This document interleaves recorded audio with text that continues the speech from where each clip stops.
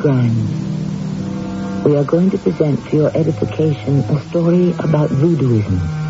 Or should I have said, not edification, but mystification. For no one knows how voodooism works, why it works, or even if it works. It belongs to the misty, uncertain world of the supernatural. That is a world few of us have visited. Or should I have said, none of us. Jebba. You call, Doctor? What are you doing here in the dead of night? I wait for the white hunter, sir. What for? We make walk in the forest for the elephant. Elephants at midnight? That's impossible. No, not impossible. They walk the forest at midnight. Elephants do? Elephant ghosts. They walk at midnight.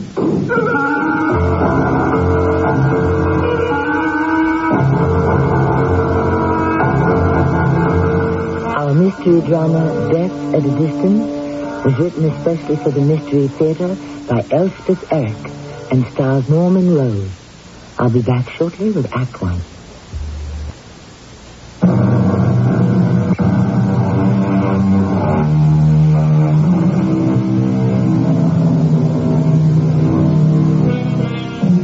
Voodooism is a religion. At least it started as a religion. Though perhaps today most would call it a cult with religious overtones. Offensive as it may be to members of the more established religions, voodooism started in Africa centuries ago, and its traces linger to this very day. Its strength lies entirely in the faith of its believers. Can any religion, new or old, say more? My name is John Best. I'm an old man now, but hardly a day passes that I don't think, however fleetingly, of the time long past that I spent in West Africa. I'd worked my way through medical school by dint of hard work and intense application. And at 24, I was entitled to call myself a doctor. Being without family or close friends, and without a farthing to my name, it was imperative that I find a paying job. Colonialism had not yet acquired its unsavory reputation, and when the Crown offered me a position as resident doctor in a remote West African country, I accepted. I found there a smattering of my countrymen, among them one Josiah Moody, who had risen to the post of chief magistrate, to whom fell the task of administering justice among the natives. It soon became my habit to visit Judge Moody regularly. Come in, Doctor, come in. You're just in time for tea. I thought I might be. Unless you'd rather have something else. No, tea is fine. It's good. Well, Jebba has everything laid out in the library. I've taught her to make something very like scones. Of course, she won't even taste them herself, but I find them acceptable. Well, sit down. She'll bring them in presently. Well, how are things progressing with you, Judge? Oh, much as usual. You take anything in your tea? No, clear, please. Good. So do I. You know, I'm glad you stopped around today, John. I need someone to talk to. Well, then I'm glad I'm here. Do you know Etienne up here? The elephant hunter? Yes. I know of him. I've never met him. He has the knack of staying in good health. Well, the natives hate him. They come complaining to me. With justification? Well, how do I know? Napier denies everything, of course. What's their complaint? Well, that he pays them less for the elephant tusks than he's promised them. Or they say sometimes, nothing at all. Small wonder they complain. Come in, Jebba. I've been your pastry, sir. Scones, Jebba, scones. Set them down. Scones, yes, sir.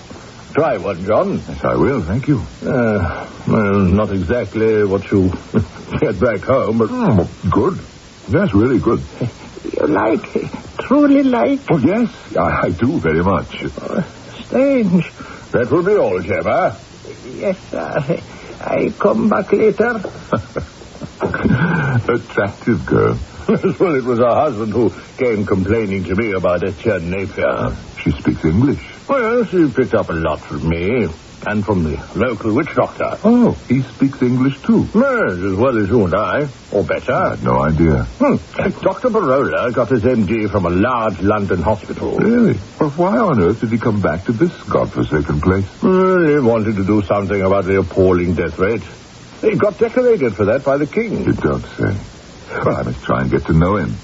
You'll find him easy to talk to. I always do. Do you see him often? Yes, I dined with him. And he with me. More than once. I tried to talk him out of his belief in voodoo. He's very patient with me, but I can't budge him an inch. You and I know it's not possible, but, Barola's convinced it is. That what is possible? Why, to wish a man to death. I brooded on Judge Moody's words as I walked back to the little two-room shack that served me as both home and office. My first impulse was to seek out Dr. Barola, the African witch doctor who had been graduated from a London hospital. I confess I stood in some awe of the man. Was it because he was at the very least my equal in knowledge? Or was it because he had knowledge that was beyond my understanding, knowledge that perhaps I feared? At any rate, when I reached my office, a patient was waiting for me, a new one. You are the doctor here? I'm Dr. John Best. I've been waiting an hour. Sorry, I was paying a short call on Judge Moody. Now, what can I do for you? I need something for a headache. And do not tell me take an aspirin. I've tried that. Let's get a few facts about you. Your general condition. I am in perfect health. Your name? Ep1298. Oh, yes. You hunt elephants, don't you? You've heard of me, eh? Yes, from the judge. That one. Now, tell me about the headaches. Do you have them often? I have never had a headache in my life until 6 days ago. I have never had an illness of any kind. I have no weaknesses, no ailments. I am a completely healthy man, in every way. Yes. But when did the headache start? It is not headaches. It is one long headache that never stops. Why didn't you come to me before? As I've told you, I am a completely healthy man. You are the first doctor I've ever consulted in my entire life. And I was amazed that I should be stricken with such a ridiculous thing as a pain in the head. And I thought to ignore it till it should go away. You've endured it for 6 whole days? Yes, except for 1 hour. And when was that? The native woman who comes to collect my laundry. She saw my suffering. They can be very perceptive, these savages. And she offered to massage my throbbing head. I was desperate, and I permitted it. And in a minute or two, the headache disappeared, and I fell asleep. And when you woke? I was myself again. I called for my barrows and my trackers, and we started on the hunt. But not 10 feet into the forest, the headache returned, worse than before. Worse than it had ever been. I had to call off the hunt. And that was when I decided I must of necessity come to see you. Now, if you will be so kind as to give me some remedy, I will be much obliged. I didn't like the man. People who demand instant cures for whatever ails them can be very irritating to a physician. I told Monsieur Etienne Napier that I would be glad to make as thorough an examination of his anatomy as my limited equipment permitted, but he was unwilling to allow me even to take his blood pressure. I could have given him a sugar pill or some other placebo and trust to luck that his headache would cease. But frankly, I so disliked him I was unwilling even to do that. I wanted nothing but to forget him. A few days later, I found time to visit the thatched hut of the person I really wanted to meet. Dr. Barola, the medicine man. You are the white doctor, I believe. Dr. John Best. Is that not your name? Yes. And you're Dr. Barola. I am delighted, sir. Come in. My humble abode is open to you. Thank you. Judge Moody has been telling me about you, how you went to medical school in London. 40 years ago, yes. But you chose to come back here. You chose to be A witch doctor.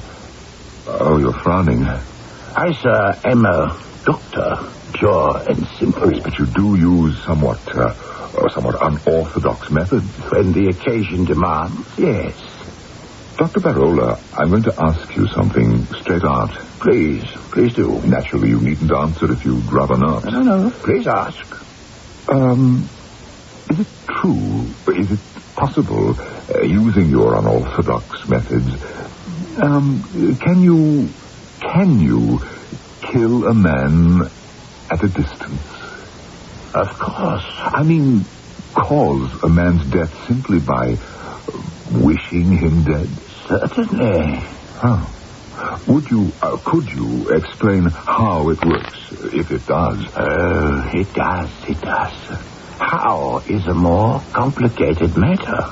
I'm not sure I understand it myself. Well, try, will you? I really want to understand if I can. I suppose it has some connection with hypnosis. But you can't hypnotize someone at a distance. Would you feel better if I called it mental suggestion? But what if the victim doesn't want to be hypnotized? Is suggestible. How can you affect his health, even his life, at a distance? How can I explain to you something I do not fully comprehend myself? Do you like the phrase psychic poison waves?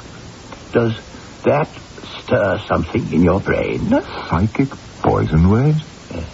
Let us say a man can summon up in his own brain and body certain poisons of hostility and hate, and transfer them across large distances of the brain and body of another. Don't expect me to believe that. To you it sounds like hocus-pocus, humbug, charlatanism, trickery. Well, Dear Dr. Best, do not think I blame you. I have had the same feelings about voodooism, that it was mere flim-flam. There are still moments when I feel that way, except that it works. I have seen it work.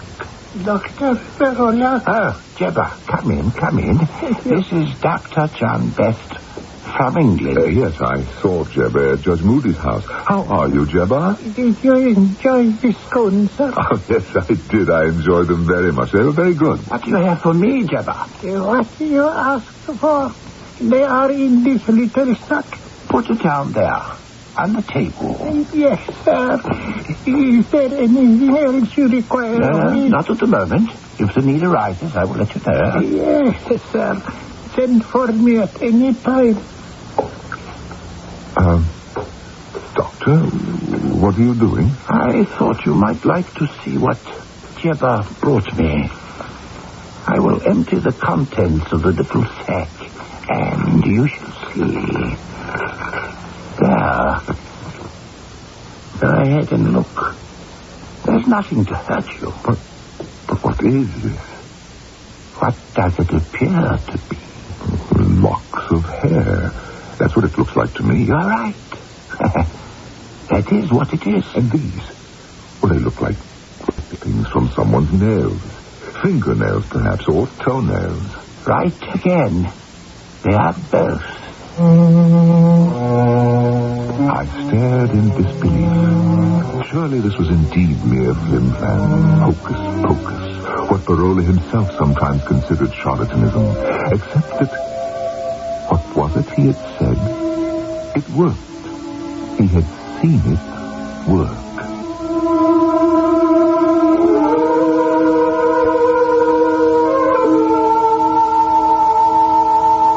As so very often happens, when we are at a loss for words to explain the inexplicable, we must fall back upon that greatest of writers in English, William Shakespeare.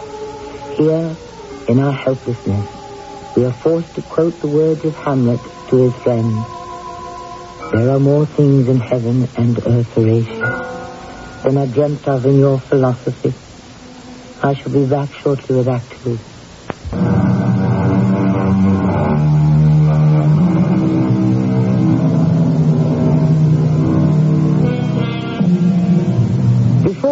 believers in orthodox medicine sneer too openly at the ways of the witch doctor, let them reflect on this.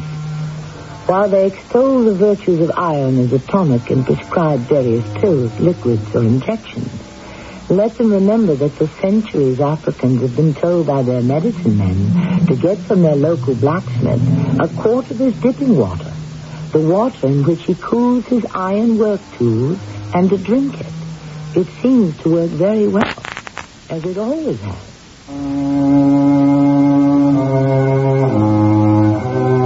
Clearly there must be more to this business of voodooism than I had ever suspected.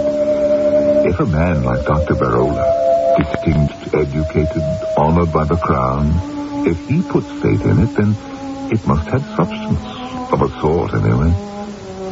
It was time for me to call upon Judge Moody. Well, he impressed you, did he? Our local practitioner, Dr. Barola. Yes, enormously. Well, he impresses me. Yes, I told you that. It's only when we get on to the subject of voodooism that I start losing my temper. Oh, not that he ever brings it up, he doesn't. But I can't resist teasing him about it.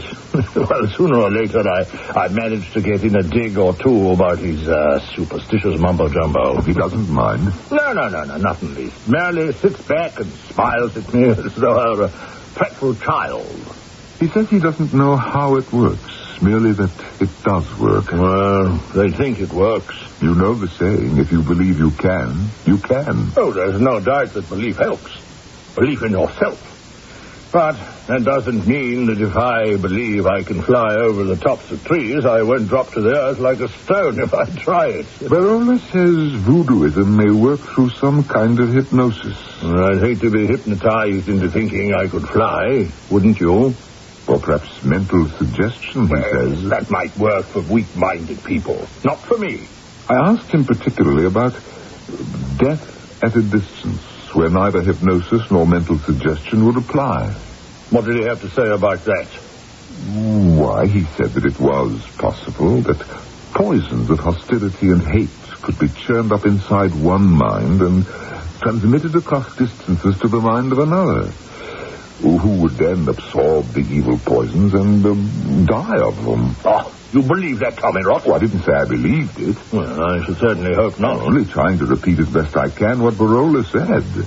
He wasn't at all dogmatic about it. He simply said that it was a possibility. He practices orthodox medicine, too, you know. He's very good at it. Perhaps I should have sent Etienne Napier to him. Oh? You've met Napier? Yes. He came to see me about a headache. Said he'd had it steadily for nearly a week. I offered to give him a complete physical examination, but he wouldn't permit it. I have to tell you, I didn't like the man at all. Arrogant, self-satisfied. Well, I'm still trying to get evidence that he's been cheating the natives on the ivory business. But, of course, they have nothing in writing. I'll wager the man's guilty. Oh? Prove it. Oh, I can't. And it's extremely arrogant of me to say such a thing. It's very prejudiced. But he was so conceited, so smug. Well, I told you I didn't like him. Actually, I hated him.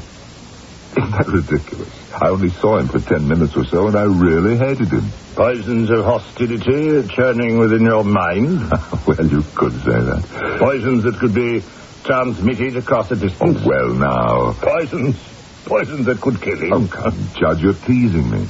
Actually, I have nothing against the man. Yes, except that you hate him. I should make allowances. A man who's had a headache steadily for 6 days is bound to make him edgy. Well, it wouldn't make me edgy.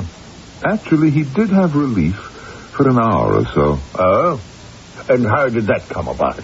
Well, it seems his laundress, a native woman, noticed his suffering and offered to massage his head for him. He submitted to that.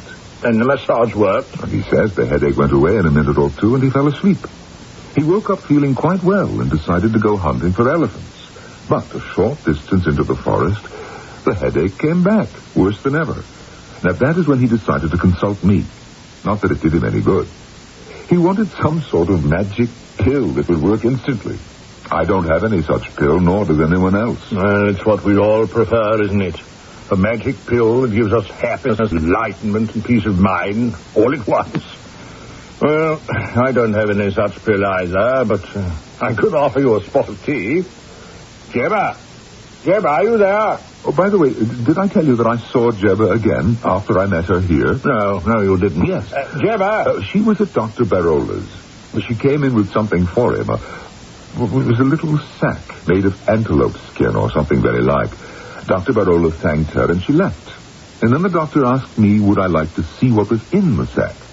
Naturally, I said yes, and he poured the contents out on the table. You'll never guess what they were. Well, what were they? They were nail parings. Nail parings? Yes. They looked to have been cut from both fingers and toes. How very odd. No, wait, that's not all. There were snippets of hair. Human hair? They looked to be. What color? I beg your pardon? What color was the hair? Well, it was brown, a light brown. Not a dark brown. Almost black. No. Just a nondescript light brown. Then it couldn't have been my hair. My hair is very dark. It never entered my head that it might be your hair. But on the other hand, your hair is light. A sort of nondescript light brown, isn't it? I didn't stay for tea. I improvised some excuse and left. Was it possible that Judge Moody, that stern realist, that uncompromising champion of the provable, was his legalistic mind infected with a sneaking belief in voodoo? And a fear of it as well? I went home and was reading my Materia Medica well into the night when suddenly a scream, a loud, anguished scream. Why did I know at once it was Etienne Napier who said it? I ran from my house to his and found him just outside it, wild-eyed and frantic. We're in there!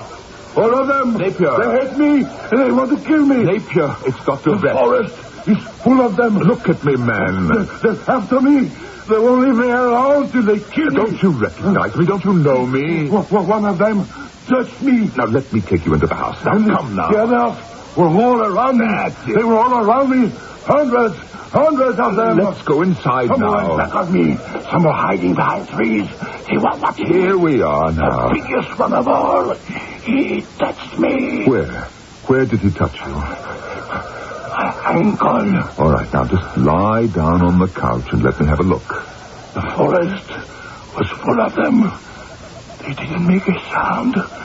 Just walked beside me, in front of me and back of me.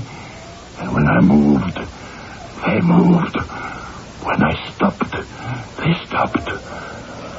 I could see their little eyes. There's no mark on either ankle. But I could feel it wrapped around my ankle. I felt it. Why would anyone want to do that? What would be the point? To trip me up. To bring me to earth. Then they would all trample on me. They would crush me. Who would want to do that? The elephants. The elephants. The elephants. I sat with the poor demented man. He raved for a time about the elephants.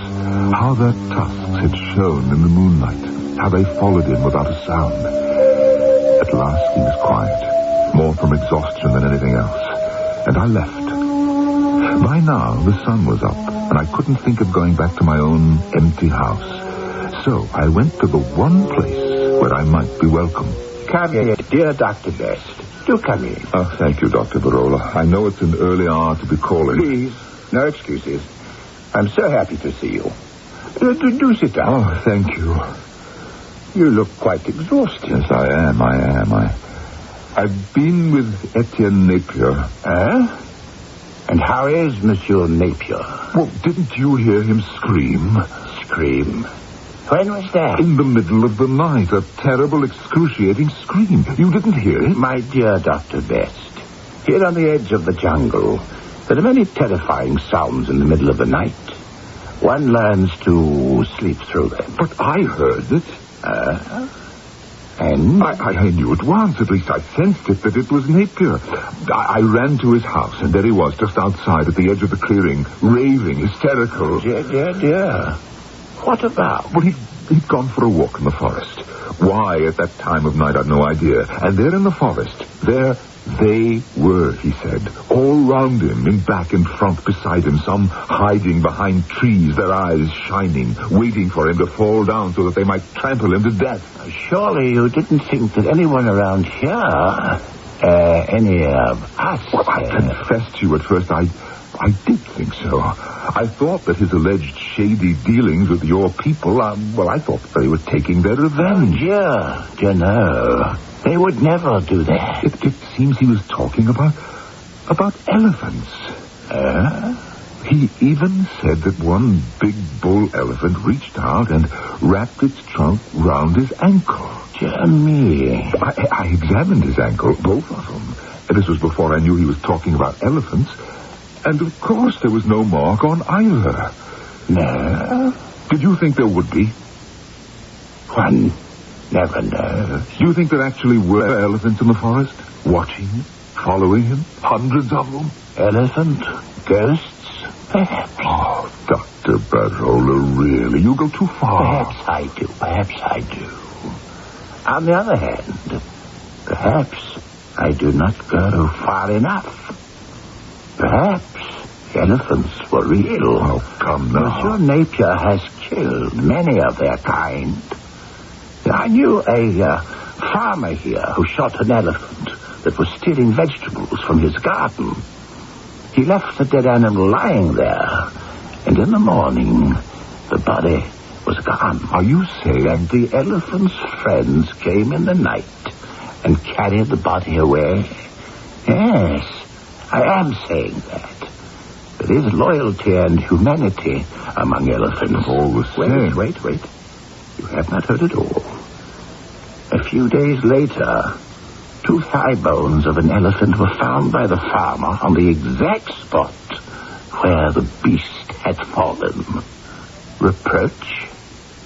A reminder? A warning? Who can say?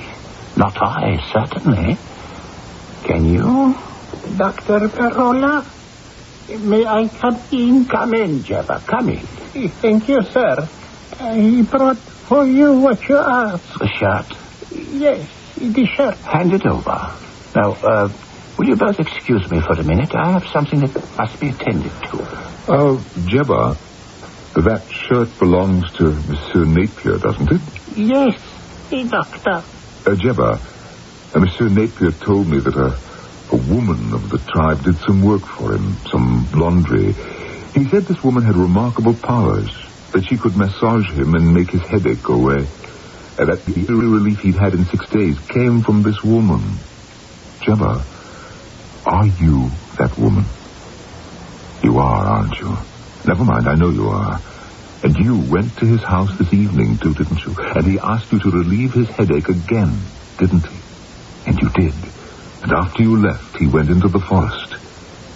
Now tell me, Jebba, when you were massaging him, did you suggest to him that the elephants were waiting for him there? Did you hypnotize him? Did you put a spell on him?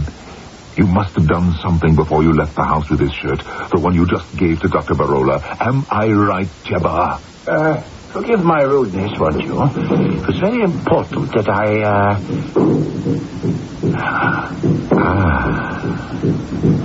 Those are tom-toms, aren't they? The native drums, yes. They are talking together. Speaking in concert. Speaking with one voice. It should not be too long now. I sat in stunned silence as the jungle drums pounded in my ears. Dr. Barola and Jebba talked quietly to each other about what I did not know, nor did I want to know. After a while, I muttered something about getting home in time for morning office hours and stumbled out. Once outside, the drums sounded louder and more menacing.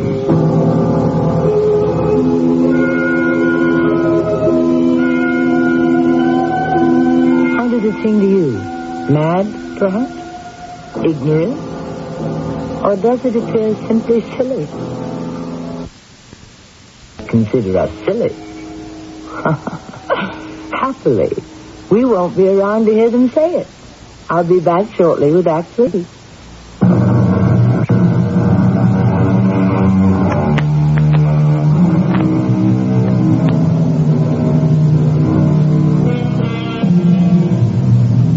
We would all agree, I suppose, that voodooism belongs to the world of the supernatural. But what precisely do we mean by supernatural? We mean beyond the laws of nature, do we not? But do we know what all the laws of nature are? Can we even comprehend the true essence of the laws we do know? Perhaps, like Barola, we only know that they work. But why they work remains a mystery. The tom-toms sounded all day. Their monotonous beat at first disturbed me, and then lulled me into some sort of restless sleep. I was wakened by a native messenger who came to tell me that Judge Moody wished to see me. Of course, I hastened to comply. The judge was waiting for me outside his house. John, Napier's here. Oh, how is he? He's very agitated, very angry. He's come to me with some wild story about seeing elephants in the forest. Yes, I know. In the dead of night, for heaven's sake. I know. Is the man losing his mind, do you think? It is possible. And I was hoping you could, give him something to calm him down. I brought my bag with me. Then for goodness sakes, give him something. He's unmanageable. If he'll let me. Drums are getting on his nerves. I don't wonder. Well, they can be disturbing, I must admit. But they don't mean anything. I hope not. Just the natives letting off steam. Oh, look. I should tell you, I've asked Dr. Barola to stop by, too. Not that I don't trust you completely. I just thought he might be able to contribute something. I think you were very wise to call him in. Moody, Judge, come here. Coming right away, Monsieur Napier. Contain yourself. Someone has got to do something. Someone is going to do something. Here. You see? Now, here's Dr. Best. He's going to give you a sedative. Calm you down, make you feel better. I don't want him to give me something. I want those drums to stop. Can he do that? Can he stop the drums? I'm afraid he has no authority to do that. Well, you do. You have the authority. You are a judge. You are the head magistrate in these parts. You can stop them. My authority is strictly limited. If the people want to beat on their drums, I can't stop them. You must understand, Napier. It's their way of communicating with one another. It's like free speech, you might say, the right to speak out. What are they communicating? Why don't they speak out? The way civilized people do in a recognizable language. Napier, Dr. Barola will be here shortly. No, that faker, that charlatan. No.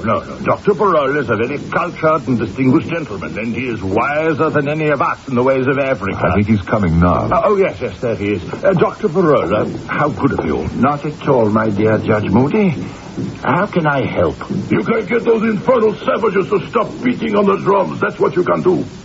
My dear sir, what makes you think I could accomplish any such thing? You can't do it. You understand these people? Tell them to stop. To stop this instant. Monsieur Napier is unduly upset because of an incident which took place last night in the forest. The elephants. The forest was filled with elephants. You see, it's quite hocus. I managed to administer a sedative to Napier with the assistance of Judge Moody, for the enraged man would not cooperate to the slightest degree. When we asked Dr. Barola to help us, he declined politely and left. A short while later, when Napier had quieted down a bit, I took my leave. But instead of going home, I instinctively sought out Dr. Barola. My dear Dr. Best, how is your patient? I suppose you mean Etienne Napier. Well, the judge and I managed to give him a sedative. He's resting now in the judge's library. Poor man. He has my sympathy. Why did you refuse to help us with him? Dear doctor, did you expect me to stop the drum? No. You know what I mean. When I wanted to give Napier a sedative, and he was being difficult, to say the least, about it, why did you walk away? You, a doctor, a certified doctor. Why did you walk away?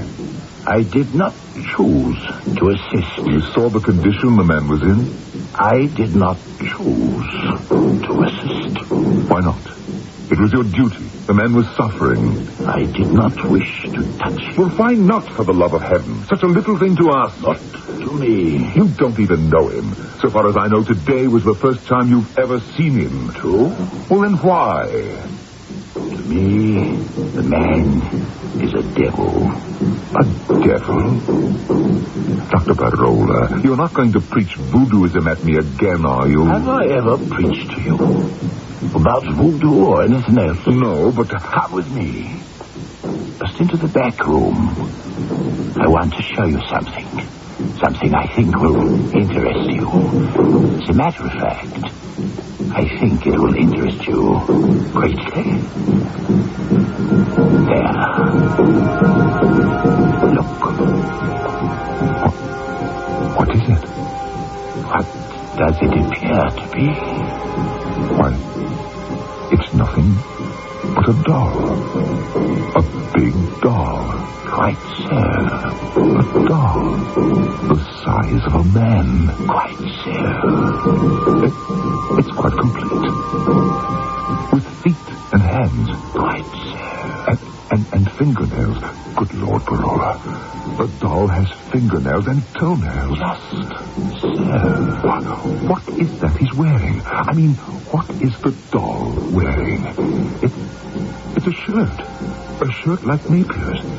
It is Napier's shirt, isn't it? Jebba brought it to you, didn't she? I know she did. I was here. Oh, wait. Listen. What is it, Doctor? The drums have stopped. So they have. What does it mean? Why have they stopped? Their conversation has come to an end. But why? What were they saying? Tell me, what were they saying? Dr. Barola, sir, if you please. Yes, Jebba. What is it? The judge say to tell you, man is dead. You mean Monsieur Napier? Yes, he be dead. Just now, he be dead. It did not surprise me that I was called in by Judge Moody that same day. Needless to say, I responded to the summons immediately. When I arrived, I found not only the judge, but standing straight, tall, and quiet in one corner of the room, Dr. Barola. The man died right here in my library, gentlemen. Well, what do you want of us, Judge? I want your advice on how to proceed. I want to find out, if I can, who killed him. I'm going to order an autopsy performed. The man was in good health, I understand. He said this, except for the headache. Judge Moody, I will perform an autopsy if you want me to. Yes, I do want you to. But I would like another opinion. You don't mean Barola here, do you? Yes, if he will. No, I will not. Well, it's not that you're under suspicion, Barola. Yes, it is. Therefore, I insist on not just a second opinion, but a third and a fourth. There is a Dr. Messenger from Lobengula. Well, we'll have as many doctors as you like. I thank you, Your Honor. For I'll be frank with you, Barola. Please do. I think your people managed this somehow. Some poison or other slipped into his veins. I've heard of such things. One of you people have been known to take a piece of bread, a roll, say, prick it at one end with his fingernail, offer that end to the enemy, and eat the rest of the roll himself. But under that fingernail was concealed a small amount of deadly poison. Now, you people know about poisons, I'm sure you do. Poisons we haven't discovered yet. We people have no knowledge of a poison that cannot be detected, any more than you people have. We'll have all the doctors in. The ones you mentioned, and more if we need them. Judge Moody was as good as his word. Doctors from all over, even one from London, were brought in to examine the corpse. Their findings were the same as mine. There was no trace of poison to be found. No wound, no puncture, nothing. Napier's heart had simply ceased to beat. Though I'll believe to the end of my days that Barola did him in with that voodoo business. Why, Judge, I thought you considered voodoo sheer nonsense, tommy rot, quackery. Well, still in all, don't you think it's odd that the tom-toms stopped beating the moment Napier breathed his last? Very odd indeed. But the drums don't kill a man, do they, huh? Not that I've ever heard. And that big doll Barola had in his office, wearing Napier's shirt. Peculiar thing to have standing around, don't you think? Most peculiar. But dolls can't kill people. Most unlikely. Stupid doll even had fingernails and toenails. Did you know that? But fingernails and toenails, they don't kill people, do they? Or shirts. No, Judge, they don't. So how could I take the thing to court, Tell some wild tale about voodoo killing, which I don't even understand myself, don't even believe. I did bring one person into court. Who is that? Jebba. Jebba? Why Jebba? She stole Napier's shirt, didn't she? Yes, that she did.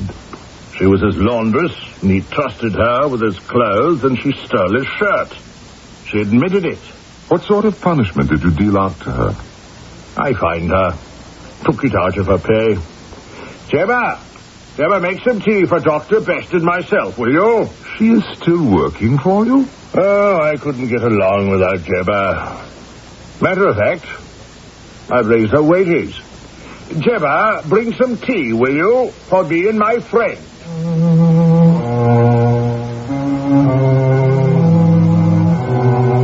As I said at the start, I'm an old man now, and many things have changed. I suppose the greatest change of all is in our attitude toward the power of the mind over the body. I've tried to keep up with all the developments, and there's no doubt that it's a great new field of endeavor. I'm too far along in years to start delving into such things, but I've read a lot on the subject, all very interesting, very intriguing. But one thing they haven't even started to explain: death at a distance.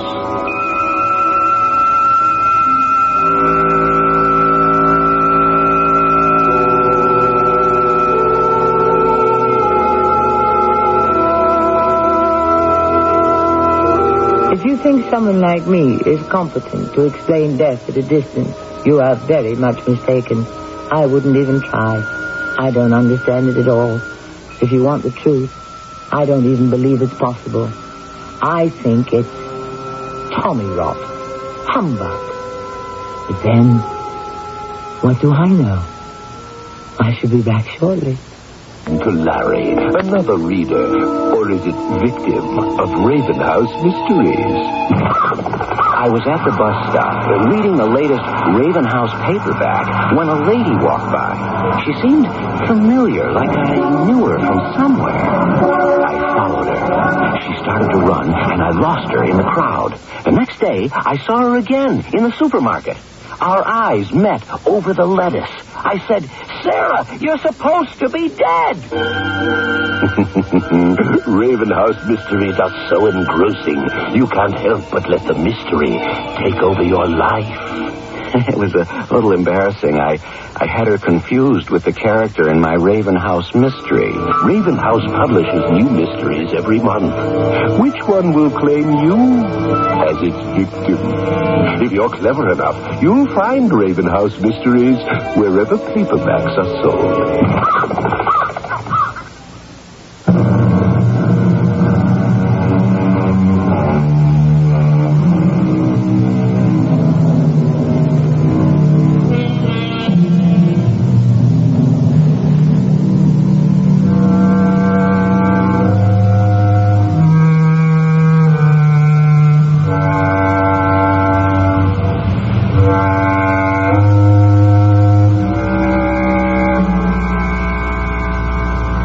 Voodooism originated in Africa. It spread after a while to the West Indies. It is popularly regarded as a kind of sorcery of magic. But it has its roots in a deeply felt religion, and its adherents are as fervent and devoted as we are to whatever religion we cling to. So let us judge not, lest we ourselves be judged. Our cast included Norman Rose, Bernard Grant, and Earl Hammond. The entire production was under the direction of Hyman Brown. Radio Mystery Theater was sponsored in part by Raven House Paperback Mysteries. This is Tommy Grimes, inviting you to return to our Mystery Theater for another adventure in the macabre. Until next time, pleasant dreams. You've been listening to the OTR Gold Network. Find more classic radio at otrgold.com.